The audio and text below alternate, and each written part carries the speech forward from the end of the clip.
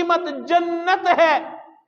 اب ذرا توجہ کرنا، جو چیز خریدی جاتی ہے اس کی اہمیت زیادہ ہوتی ہے، جس کے بدلے میں خریدی جاتی ہے اس کی اہمیت اس سے کم ہوتی ہے۔ اسی لیے تو وہ قیمت ادا کر دیتے ہیں، اور ادا کرنے کے بعد وہ مقصود اپنا لے لیتے ہیں۔ تو اس سے معلوم ہوا کہ مسلمان کی جان اور مال اللہ کو اتنا محبوب ہے کہ اللہ نے قیمتی ترین اپنی جنت کو اس کی قیمت بنا کر ان کے جان اور مال کو خرید کر سودا کر کے دنیا پر واضح کر دیا ہے کہ مومن مسلمان اتنا قیمتی ہے کہ ان کی جان اور مال جنت سے بھی زیادہ اہمیت والے، جنت سے بھی زیادہ قیمتی ہیں۔ اس لیے تو اللہ جنت کے بدلے میں خرید رہے ہیں۔ اور اگر ابھی سمجھ نہیں آئی، آؤ اللہ کے نبی کا وہ عمل دیکھتے ہیں جو حدیبیہ کے مقام پر اللہ کے رسول صلی اللہ علیہ وسلم پڑاؤ کرتے ہیں، جہاں پر مشرکین نے آپ کو روکا ہے کہ آپ عمرہ نہیں کر سکتے، آپ کو اجازت نہیں دی جا سکتی۔ اور اللہ کے حبیب صلی اللہ علیہ وسلم گفت و شنید کے لیے، انہیں سمجھانے کے لیے سیدنا عثمان غنی ذی النورین رضی اللہ تعالی عنہ کو، جو آپ کے داماد بھی ہیں، دورے داماد ہیں، آپ کو اپنا ایلچی، سفیر اور نمائندہ بنا کر مذاکرات کے لیے بھیجتے ہیں۔ لیکن خبر آتی ہے کہ انہوں نے حضرت عثمان غنی رضی اللہ تعالیٰ عنہ کو شہید کر دیا ہے۔ تو اس موقع پر اللہ کے حبیب، سب کہو صلی اللہ علیہ وسلم، آپ نے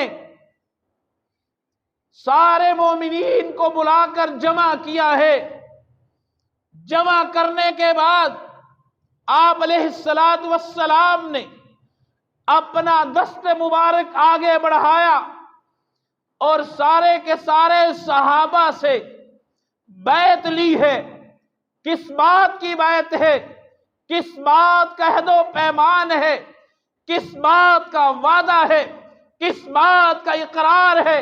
کس بات پر یہ اقرار لیا جا رہا ہے؟ کیا یہ دنیا کا کوئی سودا ہے؟ کیا یہ دنیا کی کوئی خرید و فروخت ہے؟ کیا یہ کوئی دنیا کا منصب لینے کے لیے ہے؟ نہیں میرے بھائی، یہ سیدنا عثمان ابن عفان رضی اللہ تعالی عنہ کی جان کے بدلے کے لیے اللہ کے حبیب بیعت لے رہے ہیں، اور یہ بیعت موت کی بیعت ہے کہ ہم عثمان غنی کا بدلہ لیے بغیر نہیں جائیں گے، اپنی جان دے دیں گے، عثمان غنی کا بدلہ لیے بغیر واپس نہیں جائیں گے۔ اللہ کے رسول صلی اللہ علیہ وسلم انبیاء کے سردار ہیں، جو دو جہانوں کے سردار ہیں، جن کے لیے اس کائنات کو وجود بخشا گیا ہے۔ سب سے پہلے مشیت کے انوار سے نقش روح محمد بنایا گیا، پھر اسی نقش سے مانگ کر روشنی بزم کونو مکان کو سجایا گیا۔ وہ محمد بھی، احمد بھی، محمود بھی، حسن مطلق کا شاہد بھی، مشہود بھی، ظاہراً امیوں میں اٹھایا گیا، وہ علم و حکمت میں غیر محدود بھی، اس کے ہاتھوں سے جنت لٹائی گئی، اس کے ہاتھوں سے کوثر پلایا گیا۔ وہ شخصیت، وہ برگزیدہ ہستی اپنی جان اس ایک مسلمان کے لیے دینے کے لیے تیار، اور صرف اپنی جان نہیں بلکہ 1450 صحابہ کرام ان کی جانیں بھی نچھاور کرنے کا عہد و پیمان لیتے ہیں۔ اور جب صحابہ نے بیعت کی پیغمبر علیہ السلام کے دست اقدس پہ، سارے صحابہ نے ہاتھ رکھا، بیعت کر لی۔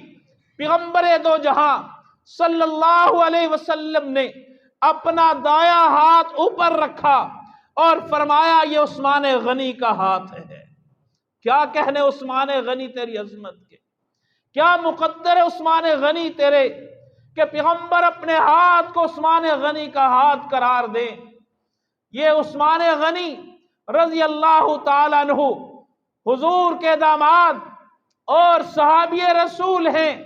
ان کی جان کی عظمت اور قیمت دیکھیے کہ اللہ کے رسول اپنی جان دینے کے لیے تیار ہیں، 1450 صحابہ کی جان دینے کے لیے تیار ہیں، لیکن کمپرومائز کے لیے تیار بالکل بھی نہیں ہے۔ اور پھر اللہ رب العالمین کی طرف سے وحی آتی ہے، لَقَدْ رَضِيَ اللَّهُ عَنِ الْمُؤْمِنِينَ إِذْ يُبَايِعُونَكَ تَحْتَ الشَّجَرَةِ فَعَلِمَ مَا فِي قُلُوبِهِمْ وَأَنزَلَ السَّكِينَةَ عَلَيْهِمْ وَأَصَابَهُمْ فَتْحًا قَرِيبًا۔ اللہ نے اعلان کر دیا کیا؟ لَقَدْ رَضِيَ اللَّهُ، تحقیق اللہ راضی ہو گیا۔ کہو سبحان اللہ۔ لَقَدْ رَضِيَ اللَّهُ عَنِ الْمُؤْمِنِينَ، تحقیق اللہ راضی ہو گیا مومنین سے۔ کب؟ اِذْ يُبَايِعُونَكَ تَحْتَ الشَّجَرَةِ، جب یہ بیعت کر رہے تھے پیغمبر کے دست اقدس پر درخت کے نیچے۔ اللہ اکبر، وہ درخت بھی کتنا مقدر والا ہے، وہ درخت بھی کتنا نصیبے والا ہے جس کے نیچے میرا نبی کھڑا ہوا، صحابہ سے بیعت لیتا ہے۔ اللہ نے اس کا ذکر بھی قرآن میں کر دیا، قیامت تک قرآن بھی باقی رہے گا، اس کا ذکر بھی باقی رہے گا۔ کیا قسمت ہے جس کی نسبت میرے رسول کے ساتھ ہو